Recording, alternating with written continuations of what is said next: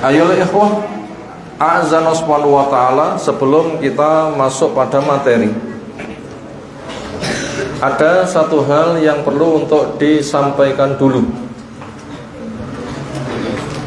Berita yang kali ini sedang menghangat tentang saudara kita yang ada di Palestina. Kondisi hari demi hari di sana, medan dakwah bisa dibilang selalu ada. Dari detik ke detik, menit ke menit, medan juang untuk mendapatkan nilai kesyahidan insyaallah itu selalu ada. Alasannya, Syam termasuk negeri mahsyar, negeri tempat berhimpun semua pihak yang punya kepentingan. Apa negeri mahsyar? Sebuah tempat yang semua pihak bisa berkumpul dengan segala kepentingannya. Dan itu masuk di dalam wilayah yang kedepannya akan menjadi bagian dari tanda-tanda kiamat besar. Kalau kedepannya akan menjadi salah satu tanda kiamat besar, untuk meraih ke depan jauh di sana itu butuh untuk ditempuh kaki melangkah selangkah demi selangkah. Ketika mendekati tempat yang ditetapkan, hari hanya semakin dekat itu akan semakin meningkat dan nanti memuncak. Apa puncaknya?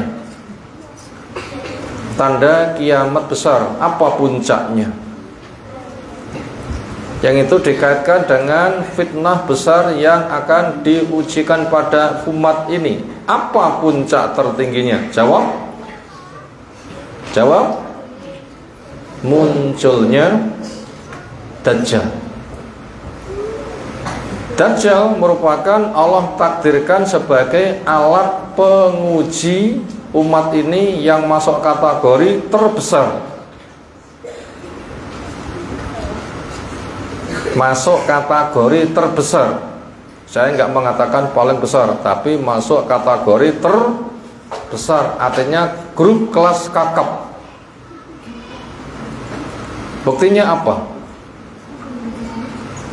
Buktinya sampai menjadi bagian dari isti'adzah.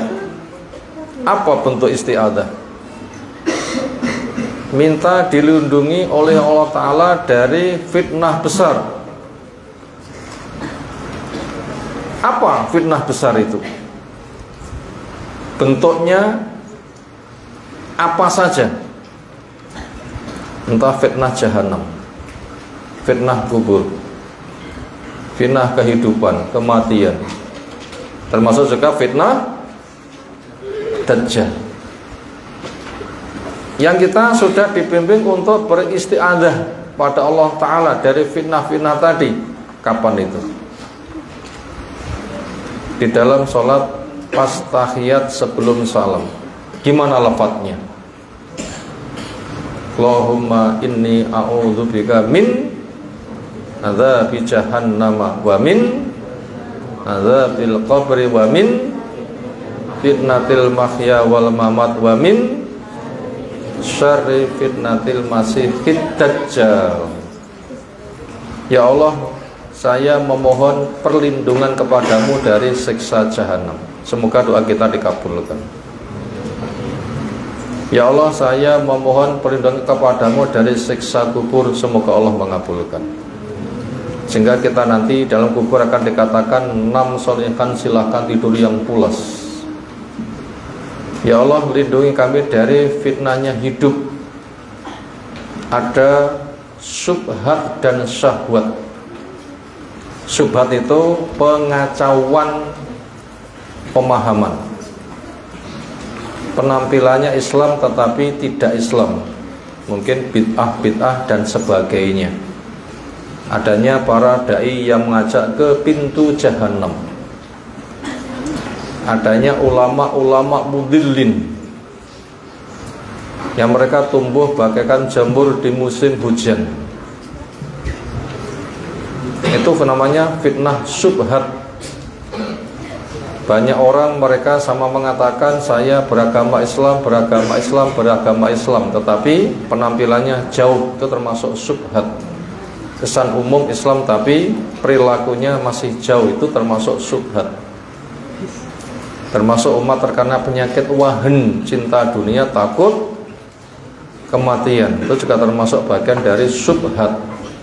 Yaitu penampilan yang mirip-mirip, profilnya profil Islam tapi perilakunya belum tentu serasi dengan Islam. Dan juga fitnah syahwat, entah ambisi pada dunia yang berlebihan, jabatan kedudukan, dan kepentingan lawan jenis, yang itu adalah sangat besar sekali.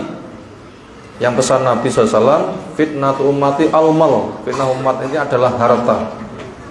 Bila sudah punya harta, nanti untuk berikutnya, sebagaimana pesan Nabi SAW, ma taraktu ba'di fitnatan adhara ala rijal min an-nisa, sepeninggalku tidak ada fitnah yang paling berat dirasa oleh laki daripada dengan fitnah lawan jenisnya. Dan kenyataannya anak-anak lahir tanpa bapak semakin banyak, pergaulan bebas semakin banyak, promosi merusak semakin banyak. Enggak hanya yang ada di luar, bahkan juga yang ada di dalam. Enggak hanya yang berkesan liar, tapi juga yang terkesan terkendalikan. Enggak hanya sebatas menimpa kepada mereka sebagai pemuja dunia. Orang yang tampak beragama pun juga berpotensi kena fitnah-fitnah itu. Kemudian fitnah mati. Kita minta kepada Allah dilindungi dari fitnah kematian, sejak tidak bisa husnul khatimah, yang nanti resikonya mendapatkan siksa kubur. Lalu yang terakhir kita minta pada Allah Ta'ala supaya dilindungi dari fitnah Dajjal. Nah begitu. Di negeri Mahsyar, di Syam, salah satunya ada Palestina dan sekitarnya. Ada Syria, ada Yordan, ada Palestina, itu masuk pada wilayah Syam. Nah begitu, ada wilayah Syam itu negeri Mahsyar. Nanti Dajjal itu tempat kiprahnya di sekitar daerah itu. Cuma tidak bisa memasuki Mekah dan Madinah. Dajjal itu nanti jadi raja. Siapa? Masyarakatnya, anak buahnya, tentaranya. Jawab? Yahudi. Dan kenyataannya Yahudi bercokol di sana, menyambut kedatangan rajanya. Makanya kayaknya ujian di negeri Mahsyar yang namanya Syam itu penjajah bisa dihilangkan apa enggak, kayaknya berat. Penjajah bisa dihilangkan itu kayaknya perkara yang berat. Kenapa? Memang Allah jadikan sebagai negeri Mahsyar, tempat bergulatnya pihak yang punya kepentingan, nanti puncaknya keluarnya Dajjal. Otomatis anak buahnya menyiapkan dan menyiapkan. Makanya perang selama ini kok nggak selesai. Memang itu kesempatan yang panjang untuk adanya jihad yang ada di sana. Kapan perang itu dimulai? Bledose itu tahun kapan? Arab melawan Yahudi atau Muslim melawan Yahudi kapan? Tahun 1967 itu meledak. Otomatis persiapannya jauh sebelumnya. Itu puncaknya meledak, lalu berikut dan berikutnya. Itu nanti bisa diperkirakan akan berkembang terus, puncaknya keluarnya Dajjal. Nah begitu. Kalau raja yang terjelek itu muncul, berarti keadaan masyarakat dari baik semakin kejelekannya meningkat. Puncaknya turunnya Dajjal itu puncak kejelekan. Makanya potensi untuk selesainya peperangan yang ada di Palestina kayaknya itu berat. Itu baru selesai yaitu ketika Nabi Isa alaihissalam diturunkan. Apa tugas Nabi Isa alaihissalam diturunkan? Di antaranya membunuh Dajjal. Setelah melalang buana seolah tidak ada tempat kecuali telah dipijak di seluruh permukaan bumi. Markasnya itu ada di sana. Maka daripada itu ini sebuah gambaran bahasanya pergolakan yang ada di Palestina itu potensi untuk segera selesai kayaknya berat. Yang ada itu merupakan proyek yang berkepanjangan. Selalu ada, cuma hari-hari ini sedang memanas. Mungkin satu kesempatan mereda, kesempatan yang lain memanas lagi, bergelombang. Baik buruk itu bergelombang, baik bergelombang, buruk juga bergelombang. Iman itu bisa naik turun. Kejelekan pun juga kadang kadarnya meningkat, kadang menurun. Dan itu selalu ada, dan itu silih berganti. Maka daripada itu himbauan yang kita sampaikan berkaitan dengan kasus Palestina ini merupakan himbauan yang bersifat menyeluruh, bukan himbauan yang bersifat bagian-bagian. Himbauan yang bersifat waktunya dari waktu ke waktu, bukan sebatas waktu-waktu tertentu. Nah begitu. Maka kalau begitu, kesediaan kita bersifat istimror, berterus-terusan, bukan waktu tertentu, maka apa yang kita siapkan itu harus bersifat menyeluruh. Bersifat menyeluruh. Maka kesiapan kita, standby yang kita siapkan itu harus dari detik ke detik, bukan dari kondisi satu waktu lalu hilang, bukan, tetapi dari waktu ke waktu,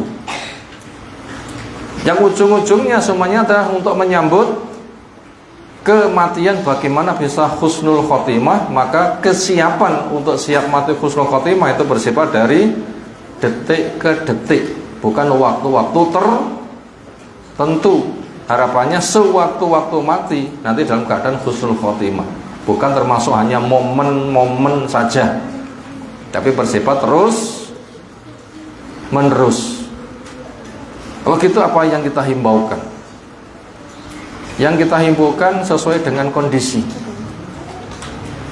Ketika kondisi sekarang sedang memanas, otomatis supaya gak kepanasan minimal reda. Tapi untuk hilang kayaknya tidak bisa. Minimal apa? Reda.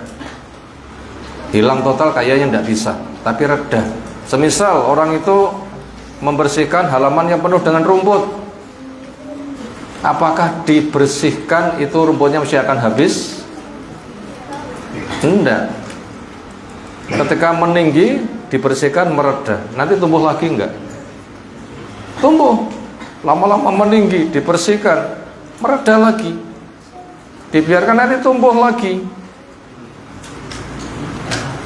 kemudian nanti mereda, dan terus seperti itu. Nah sekarang yang sedang memanas ini, apa yang bisa kita sumbangsikan? Satu, doa. Apa pertama? Doa. Dan masing-masing dari kita berdoa. Sebutlah saudara-saudari kita di dalam doa-doa kita. Sebutlah saudara-saudari kita di dalam doa-doa kita. Ya Allah, mereka dengan kami seagama, kami satu tubuh, satu anggota menderita, resikonya akan ditanggung oleh sekujur tubuh. Maka berilah mereka ketabahan, kesabaran, solusi,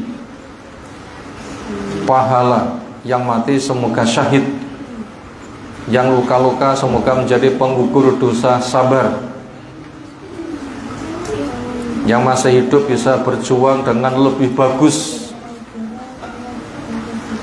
Berilah mereka modal untuk bisa teguh tempat tinggal yang pantas, bisa menyiapkan ilmu, amal dakwah, kaderisasi dan regenerasi.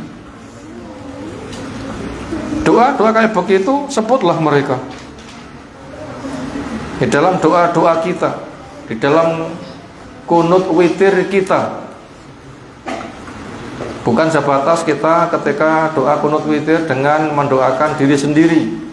Allahumma hdini fiman hadait wa afini fiman afait wa tawallani fiman tawarib wa barik li fima a'tait wa qini ma syarra qadait fa innaka taqdi wa la yuqda alaik fa innahu la yadillu man wa la ya'izzu man atait tabarakta wa rabbana wa ta'ala.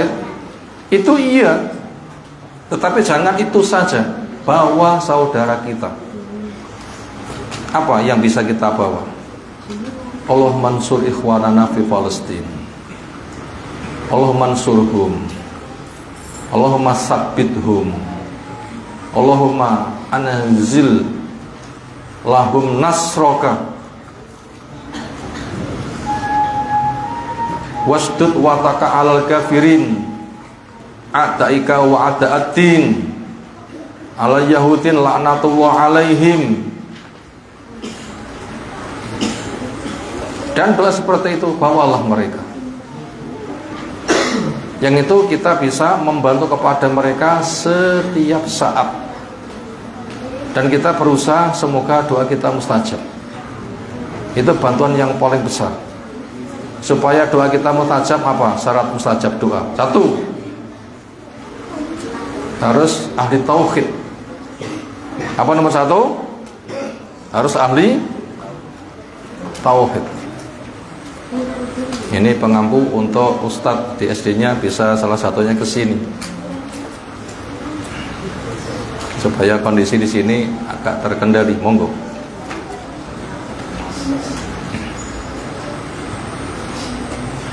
Yang kedua, ibadah kita harus menjadi pilar penyangga, namanya sholat. Ibadah kita harus menjadi pilar penyangga, namanya sholat. Karena itu merupakan pertolongan. Wasta'inu billahi bisolati, wasta'inu billahi, wasta'inu bisobri wassolat, wasta'inu bisobri wassolat. Supaya kamu minta tolong kepada dengan cara sabar dan sholat. Kita tegakkan sholat kita. Ada khayalah sholat, berangkat. Sebelumnya persiapan. Jangan sholatnya saja berjamaah. Sholat sunnahnya, rawatibnya dikerjakan. Gunakan waktu penungguan itu untuk memperbanyak doa. Kenapa? Itu waktu mustajab. Kira-kira kita bisakah ketika ada azan kita sudah punya wudhu? Kira-kira bisakah ketika ada azan kita sudah punya wudhu? Napa jawabannya? Kira-kira bisakah ketika kita dengar azan kita sudah punya wudhu? Napa jawabannya? Semoga. Bila bisa luar biasa. Apabila belum bisa, kenapa? Sibuk. Terbawa oleh sibuk, sibuk pun juga bagian dari ibadah. Ternyata ada panggilan azan, kita segera sambut. Gimana nyambutnya? Azan dijawab. Selesai azan segera bersiap. Selesai azan segera bersiap. Bisakah begitu kita selesai azan bersiap? Ketika ngurusi anak langsung digiring, ayo wudu, wudu, wudu, wudu. Sehingga kesibukan persiapan. Bukan kesibukan ngobrol. Kadang anak-anak kesibukannya bal-balan, bukan. Kesibukannya apa? Wudu, wudu, wudu. Sibuknya itu sibuk wudu. Bukan sibuk ngobrol, sibuk bermain. Tapi sibuk apa? Berwudu. Itu bagian Itu diantara bentuk. Sehingga waktu yang ada nanti sempat sholat qobliyah, selesai kok belum qomat, memperbanyak doa, bawa saudara kita. Kenapa? Itu waktu mustajab. Itu yang bisa kita bantukan, yang itu setiap saat bisa kita laksanakan. Pertama, doakan supaya doa kita mustajab, dibangun di atas tauhid. Yang kedua, kita menegakkan sholat menggunakan waktu selepas adzan, sebelum qomat, waktu yang mustajab. Upayakan ke sana. Masing-masing dari kita berangkat. Masing-masing dari kita berangkat. Yang paling bagus sebelum adzan sudah punya wudhu. Apabila masih sibuk, tiba-tiba saja kesusul adzan, selesai adzan adalah persiapan, bukan santai dan bermain. Tapi apa? Langsung persiapan, bukan santai dan bermain. Kegiatan selesai, waktunya persiapan. Kenapa? Sibuk dengan adzan itu selesai. Idza nutiya lis-sholati mi yaumil jumu'ati fas'au ila dzikrillah wa dzaru al-bai'. Bergegaslah ketika ada adzan untuk menyambutnya. Wa dzaru al-bai'. Apa maknanya wa dzaru? Tinggalkan. Jangan tetap sibuk, tinggalkan. Jangan mengatasnamakan sibuk, tinggalkan. Wa dzaru itu perintah. Jumatan salah satu kewajiban. Sholat 5 waktu pun juga kewajiban. Sama-sama ada adzan, maka nilainya sepadan. Maknanya seperti itu. Jangan masih sibuk, tinggalkan. Andaikan kompor, nanti ceklek nih ndang mati. Nah begitu. Kenapa? Memanfaatkan waktu yang mustajab supaya doa kita mudah dikabulkan. Ini yang bisa kita bantukan, yang itu bisa setiap saat. Berikutnya, karena di sana juga kebutuhannya menyeluruh, juga ada kehancuran sarana, maka dana pun juga dibutuhkan. Dana pun juga dibutuhkan. Sepertinya pondok kita pun juga sudah menyebarkan pemberitaannya untuk menghimbau kepada semuanya. Bisa di-share ke sana kemari untuk saling tolong menolong. Nah begitu. Ketika butuh perizinan, lengkapi. Ketika itu sudah membutuhkan dan mendesak.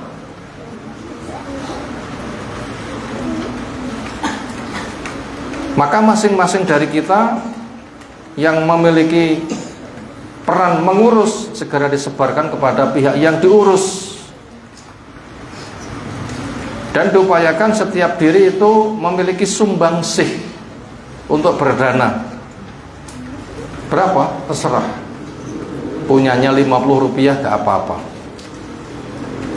Ini kira-kira kita golek duit 1000 karo golek duit 50 repis penak endi? Golek duit 1000 rupiah dengan 50 repis penak endi? Golek duit 50 nyandi golek kira-kira. Golek 1000 insyaallah banyak. Gak apa-apa nanti 1000 rupiah. Sampai anak-anak kelas TK, kelas SD, walaupun 1000 rupiah diimbau, walaupun 500 rupiah diimbau. Lek perlu satu hari nanti adalah buat yang jajan, hari bebas jajan, untuk ikut nyumbang apabila memang punyanya hanya itu. Karena tidak jajannya anak-anak di Palestina itu lebih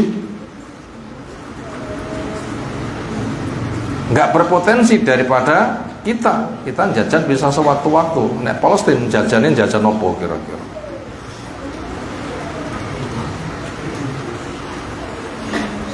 Nah begitu, himbau, walaupun itu 500 rupiah, 1000 rupiah, dorong mereka. Sebagai pelatihan bersifat menyeluruh dan juga untuk momen-momen tertentu ditekankan. Kebutuhan kita sotaku itu setiap hari, bukan setiap momen. Momen itu penekanan. Semuanya dilibatkan, walinya dilibatkan. Kenapa? Sedekah itu nanti akan diganti lebih banyak, nggak akan mengurangi harta, nggak akan jatuh miskin, bahkan akan menggugurkan dosa. Nah, ini penting untuk kita perhatikan. Itu diantara sumbangsih kita. Kenapa? Mereka dengan itu satu tubuh.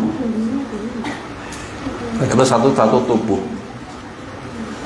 Kemudian kita pun juga mendoakan saudara kita yang ada di sana. Itu betul-betul kembali kepada pangkuan Islam. Islam telah sempurna, orang supaya masuk untuk mendapatkan kesempurnaannya. Ketika punya kekurangan, benahi. Dan ternyata di sana perilaku yang kurang Islami ada dan di mana-mana ada. Yang kita prihatin kurang lebih 2 tahun yang lalu di Ramadan, ketika pihak Palestina diberikan kemenangan bisa memukul mundur Yahudi. Waktu itu berita yang berkembang, di antaranya bentuk syukurnya apa? Apa bentuk syukurnya? Sekarang saya tanya dulu, bentuk syukur di medan peperangan ketika diberikan kemenangan, bentuknya apa? Bentuk syukur di medan perang ketika diberi kemenangan, bentuknya apa? Bentuknya? Ayo jawab. Sholat, mana dalilnya? Dari ayat yang saya yakin semuanya hafal. Apa itu? Satu surah hanya beberapa baris saja. Apa itu? An-Nasr, sebagaimana namanya. Apa lafadznya?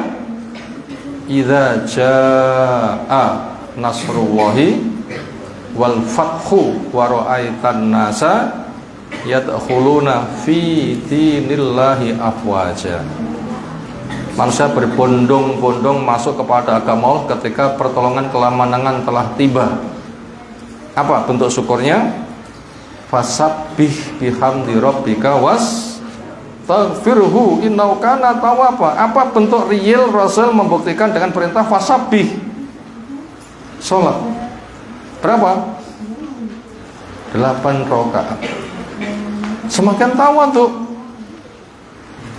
Tapi kondisi saudara kita waktu itu ketika mendapatkan pengumuman kemenangan, apa yang mereka perbuat? Yang diekspos.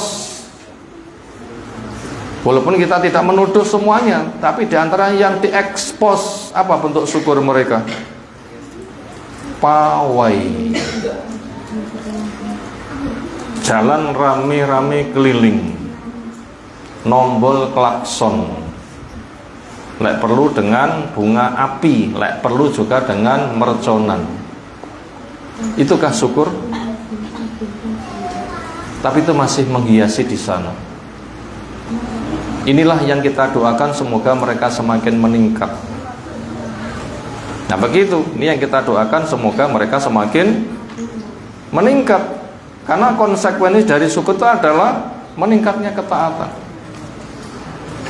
Dan ini ternyata cukup banyak terjadi, ada di mana-mana. Ayo ikhwah, azza subhanahu wa ta'ala, ini mukadimah yang butuh kita sampaikan pada pertemuan taklim kita kali ini. Maka untuk itu nanti masing-masing pihak bisa memaksimalkan untuk penggerakan itu, sehingga nanti ada sesuatu yang bisa kita sumbangsihkan. Maka minimal doa kita itu merupakan sesuatu yang paling penting. Maka supaya doa kita itu dikabulkan, maka penuhilah syarat diterimanya doa. Berikutnya, materi telah kita bagi rujukan dari tulisan Syekh Muhammad bin Jamil Zainu di dalam Majmu'ah Rasail, himpunan dari risalah bimbingannya, yang terbagi di situ penjelasannya tentang makna la ilaha illallah wa syurutuha. Dan ini merupakan syarat menang yang paling gede. Ditolong penuh berkah itu orang beriman. Iman itu ada rukunnya. Rukun yang paling besar, cabang yang paling besar adalah kalimat tauhid la ilaha illallah, yang kebutuhannya itu per detik karena potensi daya rusaknya juga per detik. Maka penjagaan kalimat tauhid cabang yang paling gede la ilaha illallah adalah merupakan penjagaan yang paling besar. Insyaallah kita akan memahami apa makna la ilaha illallah bersama syarat-syaratnya. Kepada pembaca silahkan.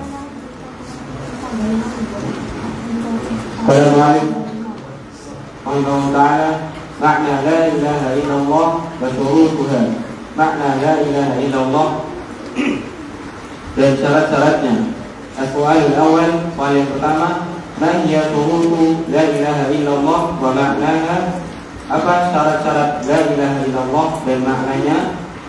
Al-jawabul awal, jawaban yang pertama, i'lam ya akhi muslim, hadanallahu wa iyyaka anna la ilaha illallah miftahul jannati. Ketahuilah wahai saudaraku muslim, semoga Allah memberikan hidayah kepada kita dan kamu, bahwasanya la ilaha illallah adalah kunci surga. Walakinna ma min miftahin illa walahu asnanun. Akan tetapi sesungguhnya tidak ada kunci kecuali dia memiliki gigi. Fa'in ji'ta bin miftahin lahu asnanun futihalaka. Maka jika engkau datang dengan kunci yang dia memiliki gigi, maka dibukakan untukmu. Wa illa lam yuftah laka. Dan jika tidak ada, maka tidak dibukakan untukmu. Wa asnanu hadzal miftahi hiya syurutu la ilaha illallah al-atiyah. Dan gigi-gigi kunci ini dia adalah syarat la ilaha illallah sebagai berikut. Makna la ilaha illallah wa syurutuha. Arti la ilaha dan syarat-syaratnya yang sudah terlalu mudah kita baca, kita dengar di masyarakat ketika mereka menerjemahkan la ilaha illallah secara global apa? Tidak ada Tuhan selain Allah. Itu yang paling banyak kita dengar. Betulkah maknanya itu? Itu butuh pengkajian. Ini masalah luas. Berikutnya, supaya makna luas nanti bisa tergapai, karena sesuatu dibangun itu ada fondasi, ada pilar penyangga, ada atap, ada syarat, ada rukun, ada wajib, ada penyempurna. Ketika sudah berkumpul semuanya menjadi satu kesatuan rakitan yang kuat. Semisal untuk sholat saja pun juga harus dipenuhi syarat-syaratnya. Walaupun tujuannya benar, sholat, tapi apabila syaratnya belum terpenuhi, lalu orang itu mengerjakan sholat pun juga tidak diterima. Masih ingat apa syarat sholat? Satu, syarat sholat satu, masuk waktu.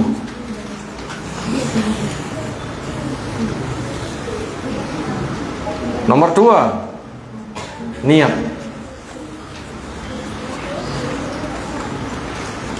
Nomor tiga, suci dari hadas besar maupun kecil. Empat, suci tiga hal. Apa tiga hal itu? Badan, pakaian, maupun tempat sholat. Itu yang keempat, suci tiga hal. Badan harus suci, pakaian harus suci, tempat sholat harus suci. 5, nutup aurat. Mana aurat laki, mana aurat perempuan, itu sudah ada kriterianya. Nutup aurat. 6, menghadap kiblat. Itu kita memahami contoh saja syarat sholat.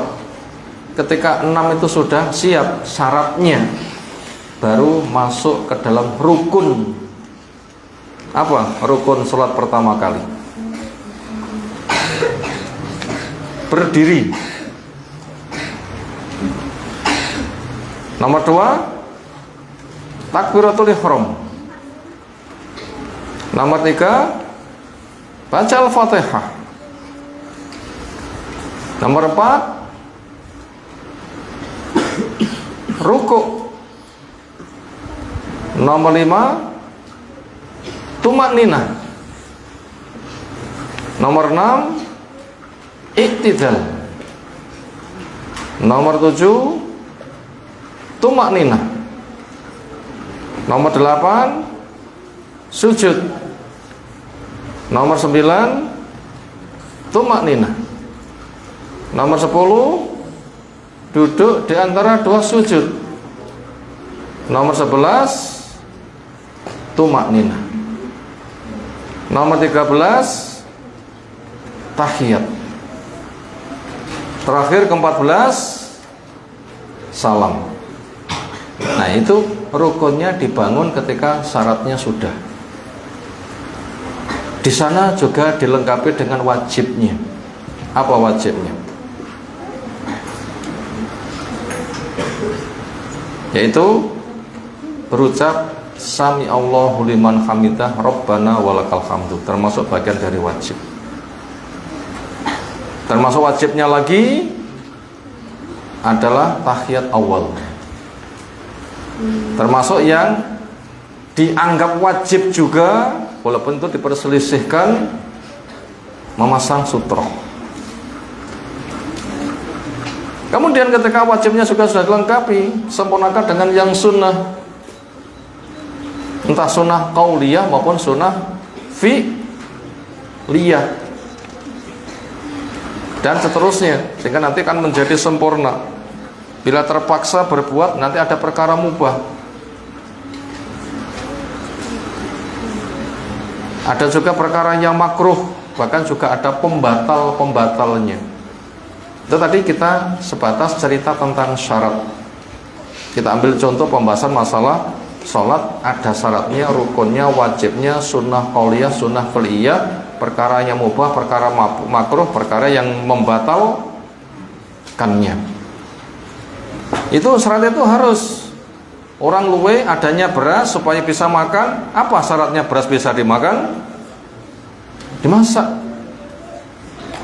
Demikian juga benarnya kalimat tauhid la ilaha illallah itu penuhi dulu syaratnya, baru nanti benar.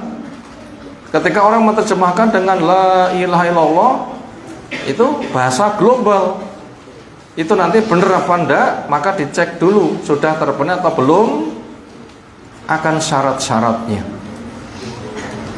Maka di sini kita membahas pembahasan yang seperti itu. Soal pertama, mahya, apa dia syurutu la ilaha illallahu wa maknahu, apa dia syarat-syarat la ilaha illallah dan artinya. Yang tadi kita sudah mengurai ada 6 jenis syarat untuk sholat. Sekarang kita perdalam dulu makna bahasa, makna istilah syarat itu apa.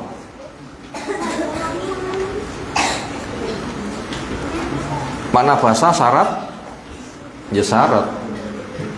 Karena bila kita membuka kamus, shin, ro, to, syaratun, apa terjemahnya?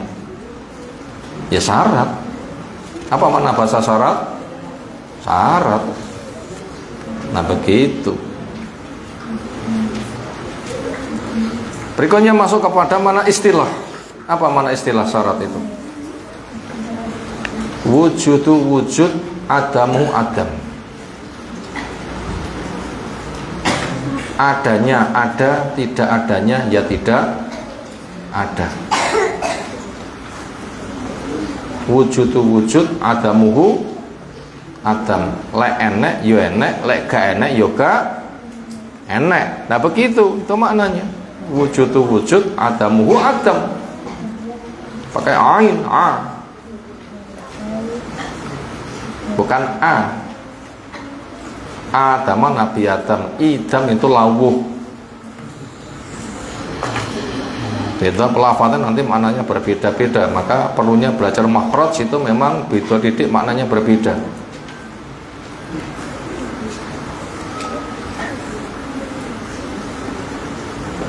Ada kata-kata yang sering dimubalaghahkan, masalahnya mantap tapi malah kecebur apa? Nikmatun pakai ain difasen menjadi nikmatun. Alhamdulillah kita dapat nikmatun. Nah begitu loh. Itu karena nikmatnya gede malah difasen dapat nikmatun. Nah begitu. Rumah sana itu nikmat sing gede jebule bertolak belakang. Nakoma nikmatun apa ke maknane? Siksa.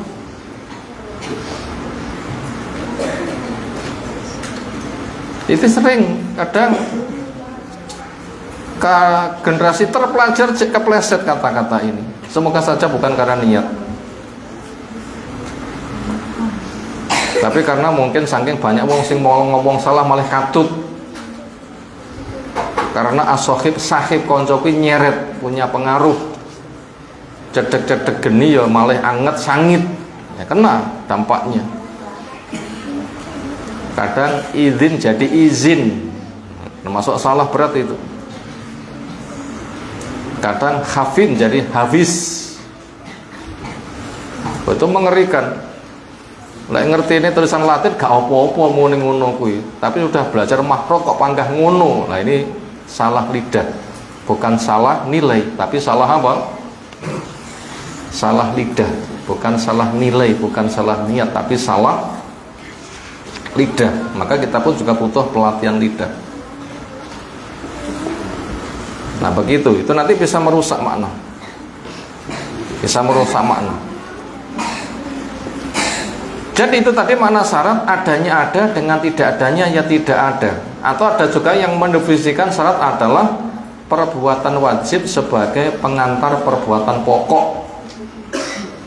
Perbuatan wajib sebagai pengantar perbuatan pokok. Kalau perbuatan pokoknya itu adalah makan, perbuatan pengantarnya masak. Nah begitu, kalau perbuatan pokoknya itu adalah makan, perbuatan pengantarnya adalah masak, sama-sama wajib. Nah begitu, itu juga ada yang mendefinisikan. Nah syarat itu dikerjakan sebelumnya, bukan sesudahnya, tapi sebelumnya. Makanya kita ketika menerjemahkan ayat-ayat pun juga supaya waspada. Gimana itu? Idza kumtum ila sholati faghsilu wujuhakum. Itu apabila belum mengetahui sistem tafsir lalu hanya terbawa kepada pelajaran tasrif, itu kadang nanti maknanya bisa kacau. Idza kumtum ila sholati faghsilu wujuhakum. Itu bila tinjau pada ilmu tasrif, ada fi'il madhi, ada fi'il mudhari. Itu maknanya apa? Idza kumtum ila sholati faghsilu wujuhakum. Idza bila kumtum kamu sudah berdiri sholat, faghsilu baru kamu cuci wajahmu. Jadi sholatnya dhisik wudune keri ngono ya.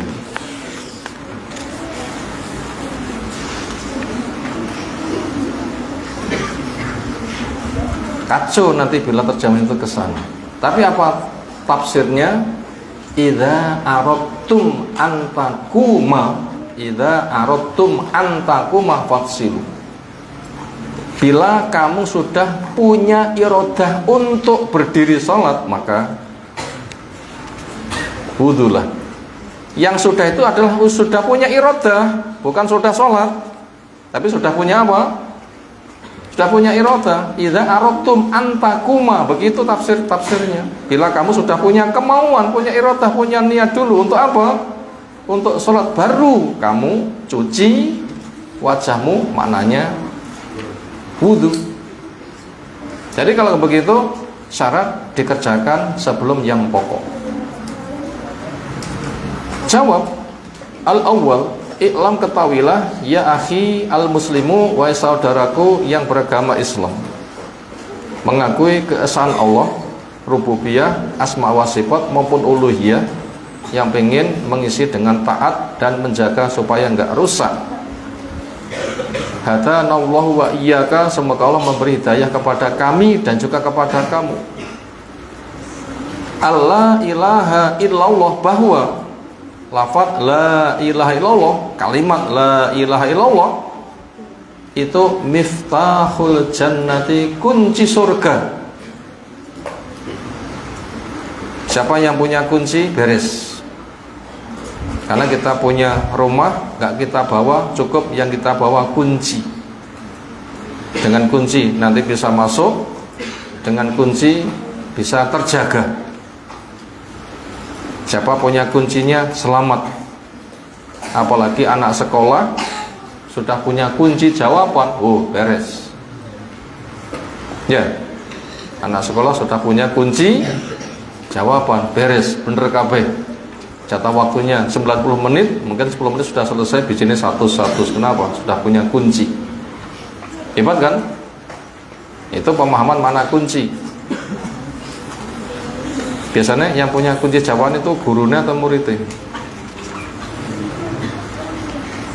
Sing pokok gurune, tapi baru ulangan boleh muridnya. Nyapa? Jak ngoreksi bareng lah begitu. Ini kunci jawabannya didomni. Tapi sebelum ya gurunya dulu. Kenapa? Mereka yang bikin dan itu rahasia. Itu kuncinya. Maka siapa yang punya kunci akan masuk. Kunci surga la ilaha illallah, punya, masuk. Semoga kita punya kunci surga. Walakin akan tetapi ma min miftahin, tidak ada dari sebuah kunci illa kecuali walahu, buat kunci asnan itu ada gigi-giginya. Adakah kunci hanya sepotong paku lalu dimasukkan tanpa ada giginya? Gak bisa. Ada giginya bila tidak sekorina, duduk cocokani, juga ndak bisa. Itu nggak sembarangan kunci bergigi, tapi giginya pun juga harus diserasikan. Fa'in cita, maka jika kamu datang bimiftahkan dengan kunci lahu asnanun, ada gigi-giginya, futihalaka, akan dibuka untuk kamu. Wa ilah, dan jika tidak, lam yuftah, tidak akan bisa dibuka laka untuk kamu. Wasnanu hadal miftah, dan gigi-gigi dari kunci ini, dia adalah syurutu, syarat-syarat la ilaha illallah al-atiyatu, berikut ini awalan fadl. Assalamualaikum ta'ala. Awalan, yang pertama, al-ilmu bimaknaha, ilmu dengan maknanya, bahwa nafyul ma'budi bihaqqin an ghairillahi wa ibatuhu lillahi wahdah, dan dia adalah meniadakan yang disembah dengan benar dari selain Allah dan menetapkannya kepada Allah Ta'ala saja. Kalau Allah Ta'ala berfirman, fa'lam annahu la ilaha illallah, maka ketahuilah bahwa tidak ada ilah yang bisa disembah dengan benar kecuali Allah. Maksudnya adalah la ma'budu fis samawati wal ardi bihaqqin illallah. Tidak ada yang berhak disembah di langit dan di bumi dengan benar kepada Allah. Faqala sallallahu alaihi wasallam, dan sabda Nabi sallallahu alaihi wasallam, man mata wa huwa ya'lamu annahu la ilaha illallah dakhala jannah, rawahu Muslim. Barang siapa yang mati dan dia tahu bahwasanya tidak ada ilah yang berhak disembah kecuali Allah, maka dia masuk surga. Telah meriwayatkannya Imam Muslim. Nah, al-awwalu, syarat yang pertama adalah al-ilmu bimaknaha, punya ilmu tentang makna la ilaha illallah. Wa dan dia nafyul ma'budi, meniadakan semua yang diibadahi, bihaqqin an ghairillah, berkaitan hak dari selain Allah. Jadi yang punya hak ilah itu adalah Allah, adapun selain Allah hak disembah itu ditiadakan. Siapa yang punya hak disembah? Hanya Allah. Selain Allah haknya wajib untuk dicabut. Nah begitu. Nah ketika ilah batil karena nggak punya hak, makanya dicabut, Lalu hak itu milik siapa? Milik Allah. Makanya wa isbatuhu, dan menetapkan hak, ilah yang hak itu lillahi wahdah, hanya untuk Allah saja.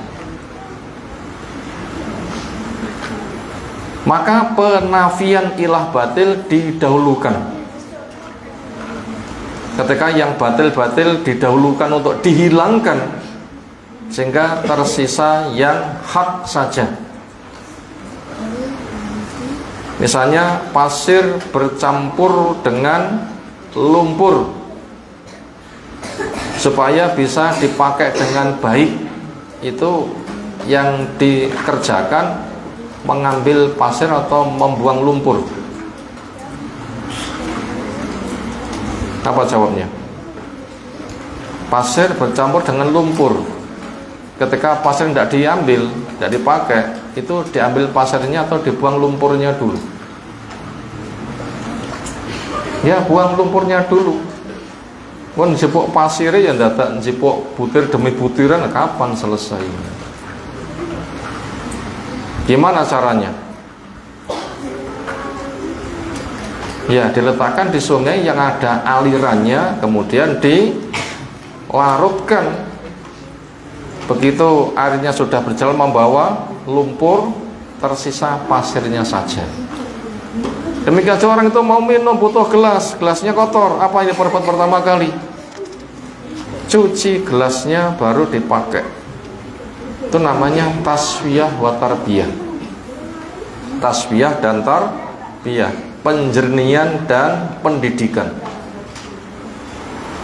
Itu yang Allah pakai juga. La ilaha, ilah yang batil buang dulu. Karena hak Allah itu tidak boleh bercampur.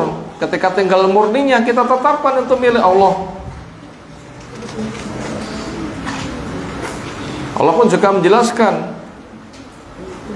"Faman yakfur bitaghut wa yu'min billah faqad istamsaka bil urwatil wuthqa." Siapa yang kufur kepada taghut, yang disembah selain Allah,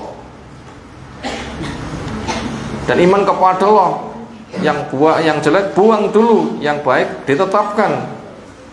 Itu urutannya. Makanya ilah yang batil dibuang dulu, karena dia itu merampas haknya Allah. Ketika sudah dibuang, ditetapkannya hanya untuk Allah saja.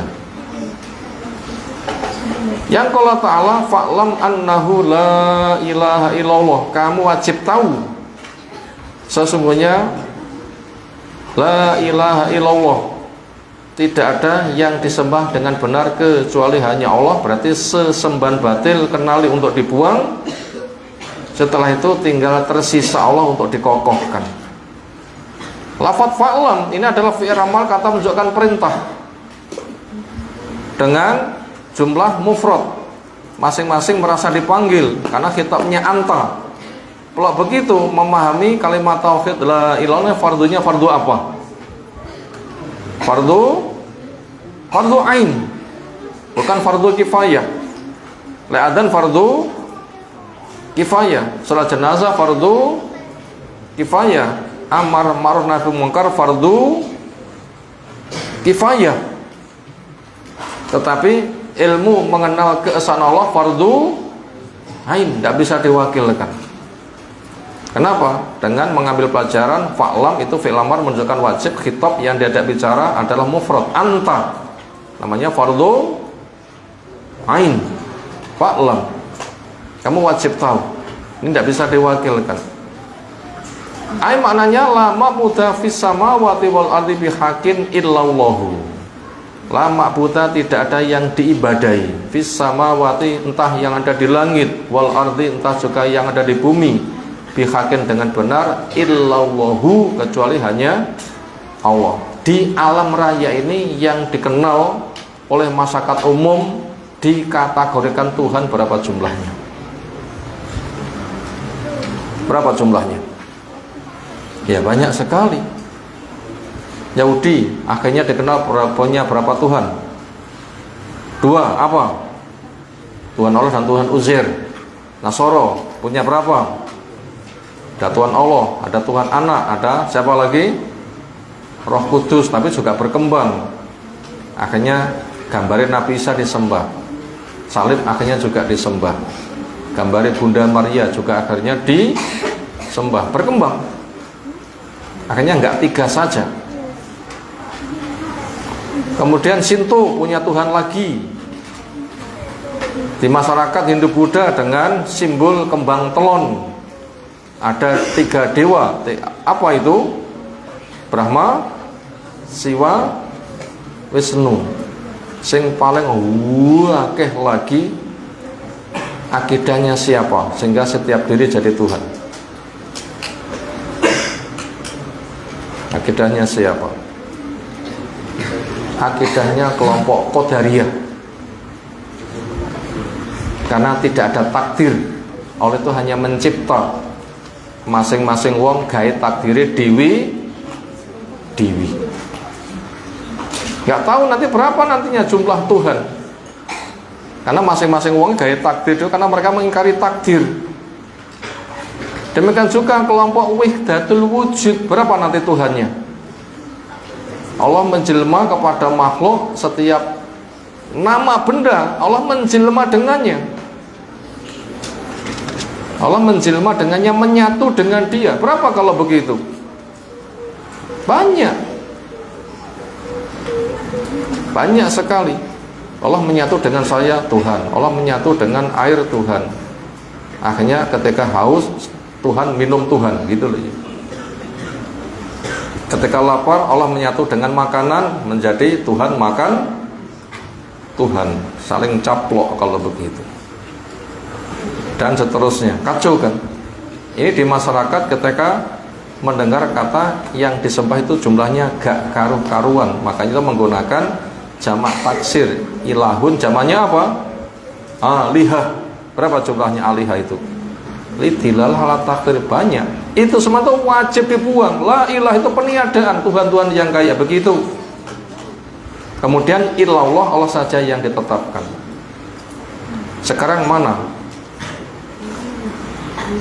kata la ilallah yang tafsirnya ada kata al-haq? Siapa tahu? Untuk memahami kata la ilallah, kata al-haq itu memang berada pada ayat itu. Siapa tahu?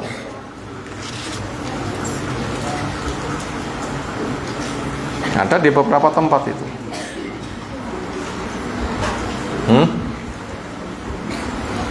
Maka di sini kata bihakin ini dari mana? Kayaknya nggak dijelaskan, tetapi di dalam ayat sendiri kata hakun itu dikokohkan, sehingga ini diambil dari situ.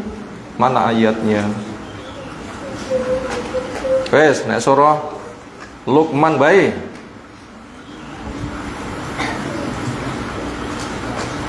Apalagi engkau nek santri jenenge Luqman pisan apal, masya Allah. Ayo, mana ayatnya?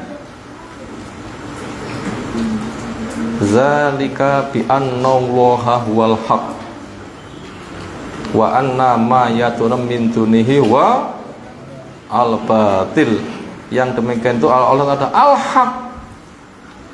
Adapun apa yang disembah selain Allah di atas al batil, itu ada al haq. Dari sana itu tafsirannya. Zalika bi annallahu wal haq wa anna ma yatuna min dunihi wa al-batil wa anallahu wal aliyul kabir. Nah begitu. Maka kalau begitu akhirnya terjemah la ilaha tidak ada yang diibadai dengan benar kecuali hanya Allah. Makanya jangan membiasakan menerjemahkan dengan tidak ada Tuhan selain Allah. Nanti resikonya amat sangat bahaya. Tidak ada Tuhan selain Allah, karena di alam raya itu yang di leveli Tuhan itu banyak. Nek terjemahan yang ngono berarti tidaklah Tuhan itu kecuali semuanya adalah Allah. Kacau enggak? Tuh, super kacau. Bukan bertauhid tapi malah terjebak di dalam kesyirikan. Nah ini kan malah super bahaya kalau begitu. Waqala, dan bersabda Rasulullah SAW, man mata, siapa yang mati, wawa, di mana dia ya'lamu tahu, annahu la ilaha illallah, bahasanya tidak ada yang diibadai dengan benar kecuali hanya Allah, dakhala jannata, dia masuk surga, rawahu Muslim.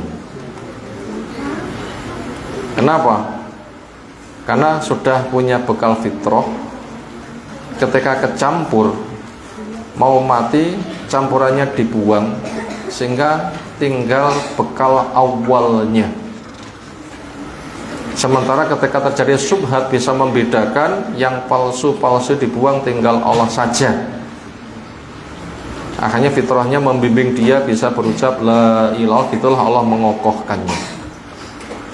Makanya dakwah pertama kali ketika kita berdoa kepada masyarakat memahamkan kata-kata ini. Sering ada ketika orang itu didatangi oleh orang yang minta dibimbing dengan keislaman. Itu pertama kali yang diajarkan itu sholat, diajak sholat. Ini adalah langkah yang tidak tepat. Maka yang tepat adalah apa yang ditempuh Nabi SAW ketika memberangkatkan Mu'ad bin Jabal ke Yaman. Dikatakan sesungguhnya kamu akan mendatangi kaum dari ahli kitab. Maka pertama kali yang kamu sampaikan kepada mereka adalah tentang makna la ilaha illallah, sehingga mereka tidak beribadah kecuali hanya Allah saja. Makanya diberitahu kepada masyarakat, ilah batil itu contohnya apa saja. Bila sudah tahu kemudian dibuang. Sekarang kita lihat ritual masyarakat yang itu dianggap ilah, yang kita ketika menjelaskannya kita wajib untuk dibuang. Sekarang yang dianggap ilah pada petunge wong sing arepe rabi, apa yang dianggap ilah oleh mereka pada acara petunge wong sing arepe rabi, itu biasanya ditekokne opone neton, katanya gak cocok, gak oleh. Itu termasuk ilah palsu, namanya neton. Selasa legi karo Rebo Wage upamane ditanya kono-kono kuwi. Kalau gak cocok itu dibuang, itu termasuk ilah itu. Terus apa lagi? Depe omah. Kalau gak selaras nanti juga gak oleh. Apa lagi? Nunggal wuwung. Kalau gak selaras juga gak boleh. Apa lagi? Gak oleh dipisah karo dalan gede. Lek dipisah jarane nyebrang segara getih. Gak oleh. Tapi lek kadung kebelet agama direkayasa. Kon ambruk dhisik atau kon bisulen dhisik. Nah begitu ya. Apa kon bisulen ya? Kon kukulen itu. Kon bisulen, kon pikulen. Tapi sing bisul nanti macam-macam nanti ya. Kadang itu kon ilang. Lontang lantung sana sini, jalan sana sini. Ada yang menanya, Mas, kok kados tiyang bingung panjenengan pundi daleme? Tuko wis ketimbang ngrangketi omahe linglung nek kene tak openane. Malah cumbu basa Jawa, malah cumbu bahasa nanti double itu. Cumbu basa Jawa sama cumbu bahasa nanti menjadi cumbu kuadrat ya. Apa cumbu basa Jawa? Tulut omah. Napa cumbu bahasa Indonesia? Wah, iki sing bahaya nih. Dua-duanya mendapatkan cumbu kuadrat. Nah wis ngono kuwi malah dirabekne. Lah nyapa lho kadung cumbu kuadrat masalah ini. Agama direkayasa. Terus ketika sudah cocok, apa acara ketuhanan yang mereka sembah? Lah wis cocok. Golek dino. Lera cocok juga nggak bisa. Golek sasi, lera cocok juga ndak iso. Cocoknya dhisik sasi ini. Demikian juga harus ada yang namanya acara kembar mayang. Jam 12 bengi tebusan kembar mayang. Besoknya ada acara manggulan. Itu termasuk acaranya juga, itu berhala-berhala, tuhan-tuhan palsu yang seperti itu. Ketika hari pernikahan, keduanya diarak dengan diiringi kembar mayang kanan kiri. Ketika sudah ketemu, nanti ada acara lemparan suruh, nginjak telur, minum air gentong. Ketika sudah diarak bareng masuk rumah, depan pintu dipasang kubangan darah, penyembelihan berhala itu. Benjo kepleset, malih setane dihapusi. Sing penting rupane abang raketang karpet ben keloloten kira-kira ngoten iki.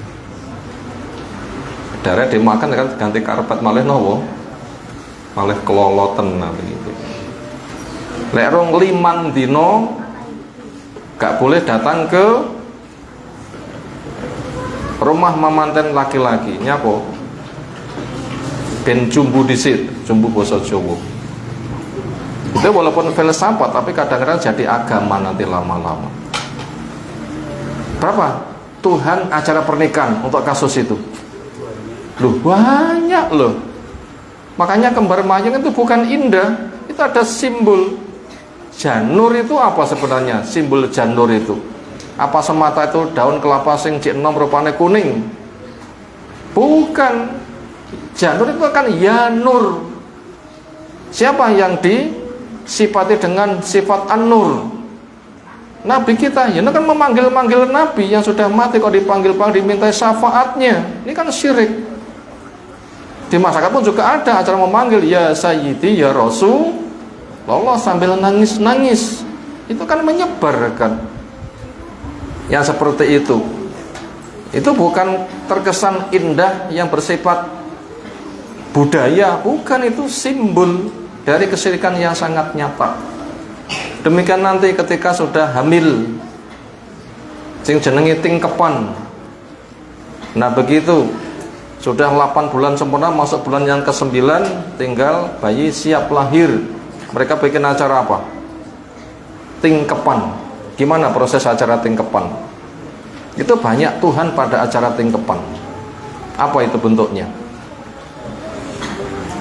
Perempuannya dimandikan jam 12 malam pakai air kembang setaman. Baju yang dipakai kudu batik lusuran. Yang memandikan pun juga harus wong pinter. Sing bahaya bediding jam 12 bengi wiyah ngono. Wah demi kaya ngopo. Apalagi belum pemanasan tambah kadem. Pemanasan kayak kocok panas malah bahaya. Dan semisalnya. Lalu besoknya harus dipecah nih klopo kuning. Separuh digambari Bathara Kamajaya karo Dewi Ratih. Lek lanang ben gagah wibawa berpangkat sugih hebat kaya Bathara Kamajaya, lek perempuan ben ayu anggun keibuan kaya Dewi Ratih. Ben rada Islam titik diwacane surah Yusuf karo surah Maryam. Lek enggak ganteng ben kaya Yusuf, lek perempuan ben kaya Dewi Maryam. Reno-reno. Bareng kuwi terus digawene acara rujaan. Ditum wong ditekoni, pedes apa ora? Wah, pedese pol. Isuk bayake lanang. Ora pedes dilomboke 5, iki bayake wedok. Wis reno-reno. Berapa Tuhan di acara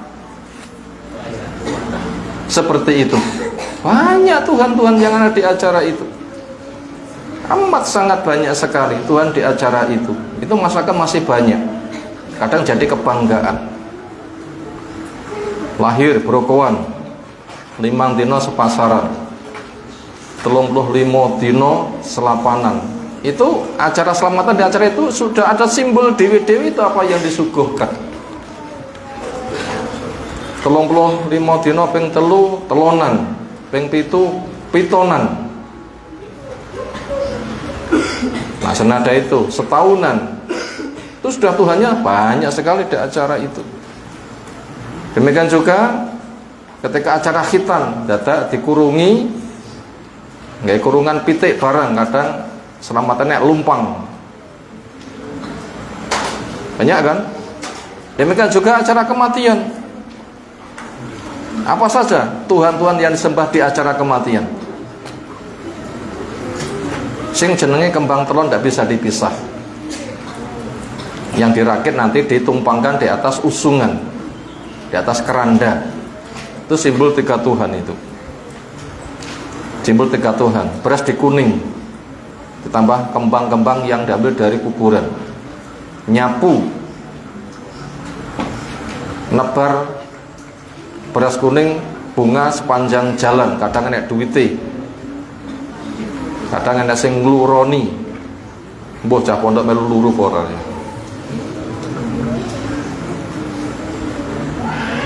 Nah, kita nggak bicara boleh tidak bolehnya, tapi kita cerita ada yang seperti itu di masyarakat. Sebelum diberangkatkan ada acara berobosan, kemudian ngeprok kendil, kadang itu air ketuban, lalu melepaskan ayam, kemudian juga dipayungi. Kadang sepanjang jalan pun juga mereka mengucapkan ritual-ritual yang kadang diganti musik, kadang juga diganti dengan kalimat tahlil. Demikian juga acara di kuburan, dengan nanti ketika sudah selesai tabur bunga, betulnya tabur tanah tapi diganti dengan tabur apa? Bunga.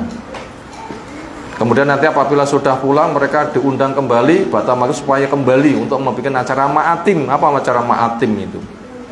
Ngumpul-ngumpul, makan-makan di rumah mayit. Itu termasuk niyahah, meratap sampai hari yang ke-7, diulangi hari yang ke-40, diulangi hari yang ke-100, 100 lagi, 100 lagi, setahun.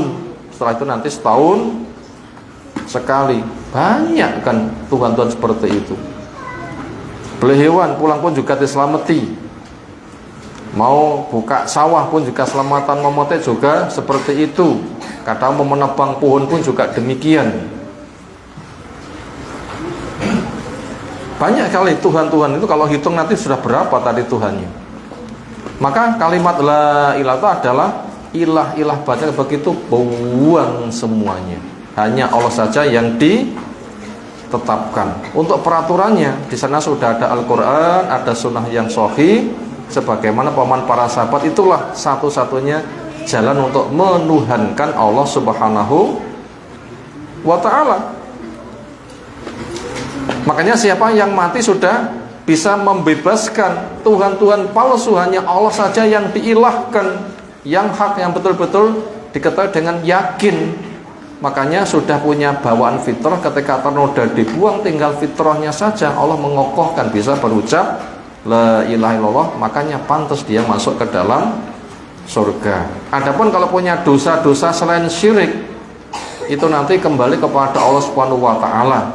Karena dosa selain syirik itu adalah kembali kepada maksiat Allah. Allah menjelaskan innallaha la yaghfiru ayyushraka bihi wa yaghfiru ma duna dzalika liman yasha. Bila disekutukan enggak diampuni, tapi selain syirik nanti kembali kepada Allah. Bila itu nanti dosa hamba pada Allah itu pribadi, hak milik Allah, Allah mengampunkan, itu haknya.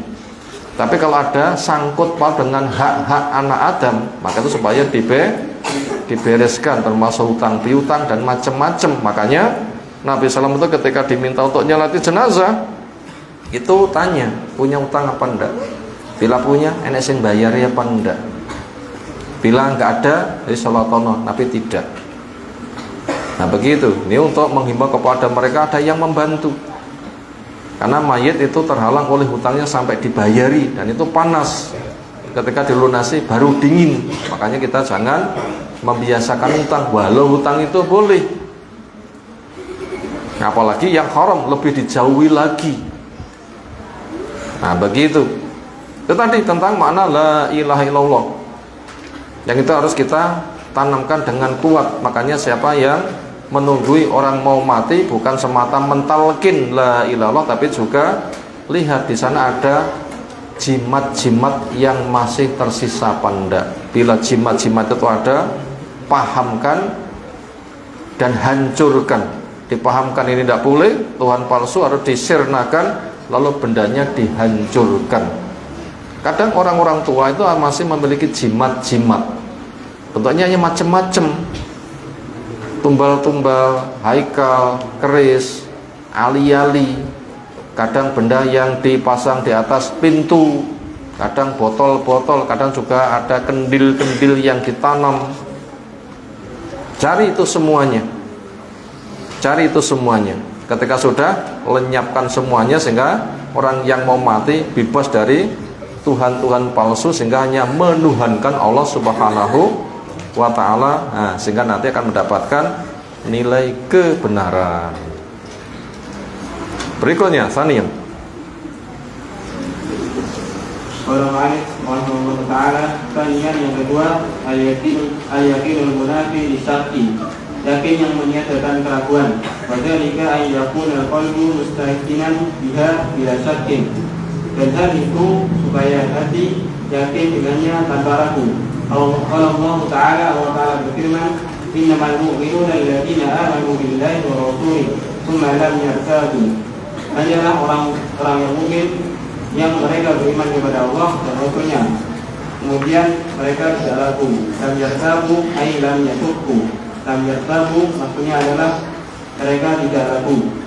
Qala sallallahu alaihi wasallam, dan sabda Nabi sallallahu alaihi wasallam, asyhadu an la ilaha illallah wa anni rasulullah. La yarqullaha bihima abdun ghairu syakkin fayuhjabu 'anil jannah. Aku bersaksi bahwa tidak ada ilah yang berhak disembah kecuali Allah, dan sesungguhnya aku adalah utusan Allah. Tidaklah bertemu kepada Allah dengan keduanya seorang hamba tanpa ragu, maka akan ditutupi dari surga. Rawahu Muslim. Yang kedua, syarat la ilallah setelah orang itu tahu maknanya.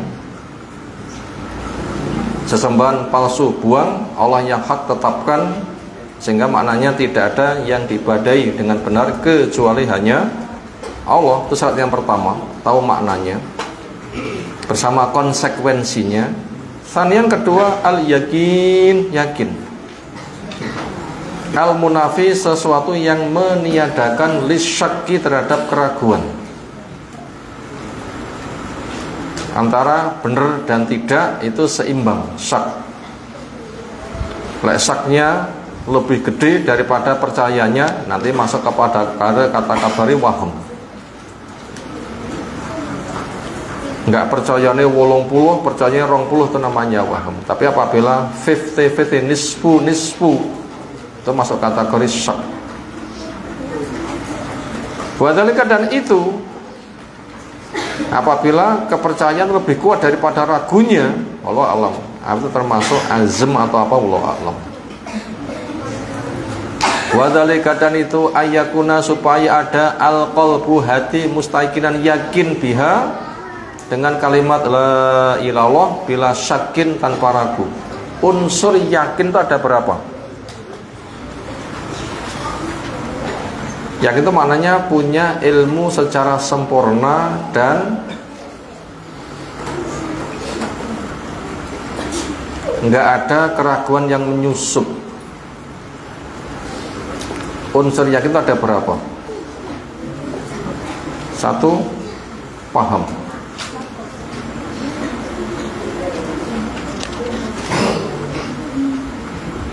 Ya, nomor 2, tertarik. Ya, nomor 3, pasti. Apabila tiga ini berkumpul, nanti akan membuahkan keyakinan yang kuat. Pertama, paham, berarti ya belajar dulu sampai paham.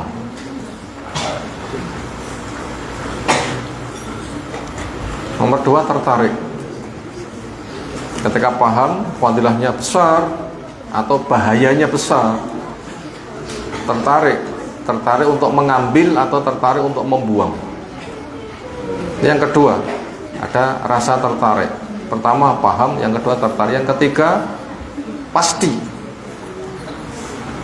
Bila baik ya mesti datang, bila jelek ya mesti datang. Ketika baik, semangat mengambil. Ketika jelek, semangat lari. Nah, siapa yang berkumpul pada dirinya tiga ini, itu namanya yakin. Apa tadi unsur yakin? 1, paham. 2, tertarik. 3, pasti. Nah, begitu. Makanya wong sing ngowolak cetuk ireng-ireng cek dhisik. Wong sing ngowolak cetuk ireng-ireng dicek dhisik. Harus bisa membedakan antara kopi dan oli. Padha-padha irenge lho nggih. Bisa membedakan apa? Kopi dan oli. Ketika bisa membedakan, yang nomor 2 tertarik. Kenapa? Memang betul-betul ngelak. Yang ketiga pasti, ini pasti kopi, bukan oli. Maka meminumnya dia mantep, penuh dengan semangat. Bila itu bahaya, membuangnya nggak iman-iman. Itu namanya yakin. Makanya keberadaan Allah yang hak itu betul-betul diyakini, betul-betul tahu, betul-betul tertarik dengan keesaan Allah, dan itu pasti. Maka dia akan memperjuangkannya. Allah Ta'ala berfirman, innamal mu'minun, sungguhnya orang beriman siapa? Alladzina, orang-orang yang amanu billah, mereka iman kepada Allah, wa rasul, juga iman kepada Rasulnya, semalam yartabu, kemudian mereka enggak ragu. Mana lam yartabu, dalam yasuku, enggak bimbang. Ini menunjukkan itu harus yakin. Sehingga apabila kita membaca di kitab Riyadhus Shalihin bab yakin dan tawakul, tawakal atau tawakul, diwaca tawakal berarti fi'il madhi, diwaca tawakul berarti masdar. Tawakkala, tawakal, dan namanya fi'il madhi. Tawakal, yaitu perintah untuk bertawakal. Tawakul itu dibaca masdarnya. Yang tren itu dibaca fi'il madhi atau dibaca masdar? Yang tren dibaca fi'il madhi. Sebenarnya untuk judul itu jan itu karep itu masdar, tapi pangkat diwaca fi'il madhi. Anak ali dipangkat diwaca fi'il madhi, gitu loh ya. Al yakinu at-tawak kalu, pangkat tawakal wae. Kudune al yakinu wa tawakkulu. Tawakkul. Kenapa? Jelas itu masdar ada alnya, isim. Itu ada alnya. Nah ternyata di situ ternyata gamblang. Apa hubungannya bab yakin dan bab tawakal? Ketika sudah yakin, dia akan siap bekerja keras. Tawakal itu nganggur atau bekerja keras? Tawakal adalah kesiapan diri menjadikan Allah itu sebagai tumpuannya. Ketika sudah bertumpu kepada Allah, makanya nanti akan manut kepada apa yang Allah tetapkan. Di antara yang Allah tetapkan adalah apabila kamu haus, carilah minum, cari minum. Bila kamu lapar, carilah makan, dia siap cari makan. Bila kamu sakit, carilah obat, dia akan siap. Bila butuh ilmu, belajar roh. Makanya orang yang tawakal itu menyandarkan dirinya kepada Allah sebagai tempat tumpuan. Ketika sudah siap menyandarkan kepada Allah, maka dia siap melaksanakan tugas.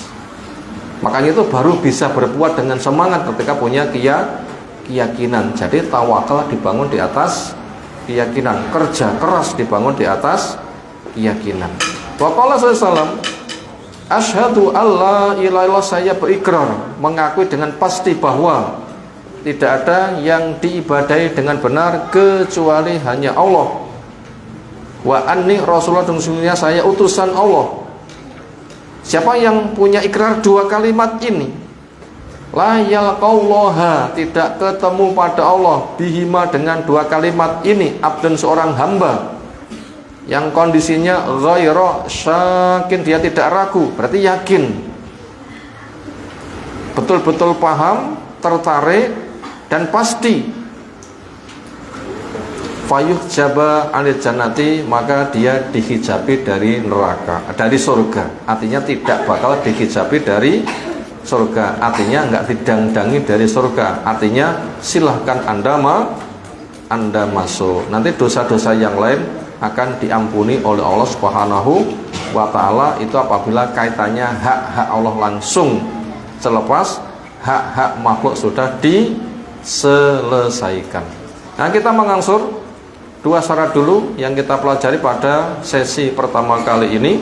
Untuk sesi kedua kita istirahat dulu. Semoga apa yang telah kita sampaikan Allah berikan ilmu bermanfaat untuk kita semuanya. Subhanakallahumma bihamdika asyhadu an la ilaha illa anta astaghfiruka wa atubu ilaik. Assalamualaikum warahmatullahi wabarakatuh.